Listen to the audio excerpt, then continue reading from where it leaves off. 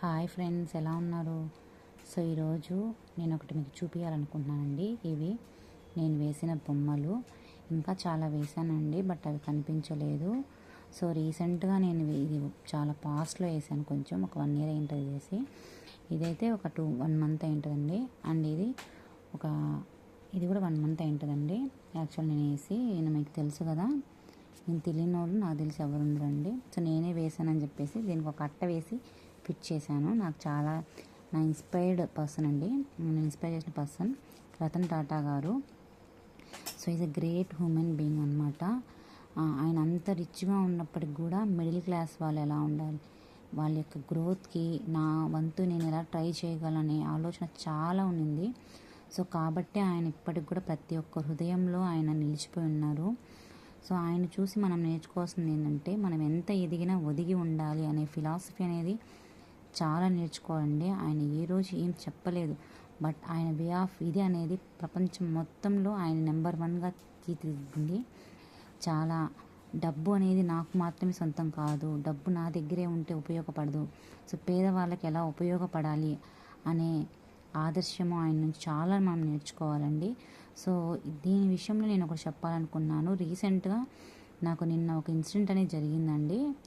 ఆ ఇన్సిడెంట్ నన్ను చాలా ఇంప్రెస్ చేసింది. అదేంటంటే, మేము నిన్న మా ఫ్యామిలీతో పాటు టిఫిన్ షాప్కి వెళ్ళామండి. అక్కడ చాలా కాస్ట్లీ అనమాట టిఫిన్ కొంచెము. సో వాళ్ళు కార్ వేసుకొని వచ్చారు. ఒక 8 members ఉంటారు. ఒక 4 members ladies, 3 members gents and చిన్న చిన్న పిల్లలు అందరు కలిసి కార్ వేసుకొని వచ్చున్నారు. చూడ్డానికి వెల్ సెటిల్డ్ అనమాట. చాలా మంచిగా అనిపిస్తున్నారు. బట్ ఎంత అఫెక్షనేట్గా మాట్లాడుకున్నారు ఒకరినొకరిని చూసుకొని. సో వాళ్ళు స్టాండప్లో ఉన్నప్పుడు మా బండి మీద టిఫిన్ పెట్టుకొని పిల్లలకు తినిపిస్తూ ఉన్నారు. సో మేము చూసాము.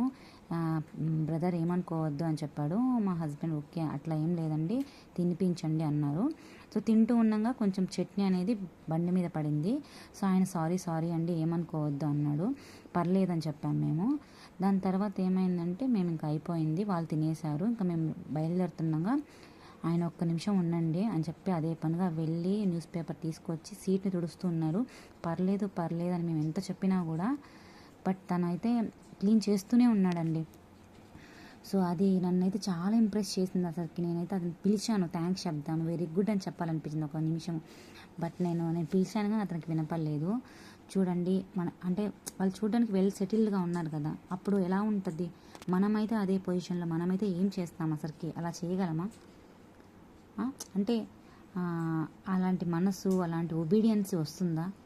సో ఎంత ఎదిగినా ఒదిగి ఉన్నప్పుడే దాని యొక్క వాల్యూ అనేది డబల్ అవుతుంది అనేది నాకు నిన్న ప్రాక్టికల్, అంటే నేను అనుకుంటూ ఉంటాను, బట్ అది ప్రాక్టికల్గా వేరే వాళ్ళ దగ్గర అలా రావడం అనేది నన్ను చాలా టచ్ చేసిందండి.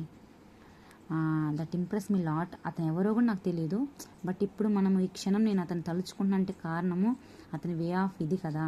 సో మనం కూడా ఎప్పుడైనా మనకి ఎంత ఉన్నా ఏమున్నా మనకన్నా తక్కువ ఉన్న వాళ్ళ దగ్గర మనం ఎప్పుడైతే తగ్గుతామో మన వాల్యూ అనేది డబుల్ అవుతుంది. So I learn that from that situation. So thank you for listening my words. Thank you all. Bye, take care.